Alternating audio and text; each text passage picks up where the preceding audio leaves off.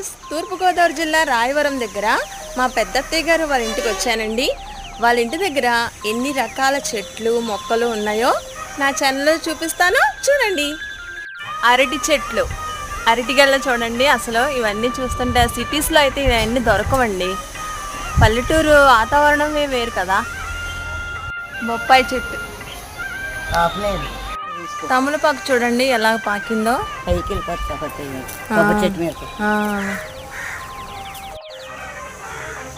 ఇలా చూపించండి వంకాయని.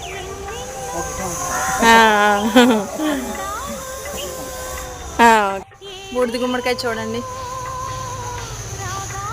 ఇది పునాస మామిడ. ఇది 3 అడుగుల కొబ్బరి చెట్టు, వేప చెట్టు, అరటి మొక్కలు, చిక్కుడు పాదు, విరజాజి,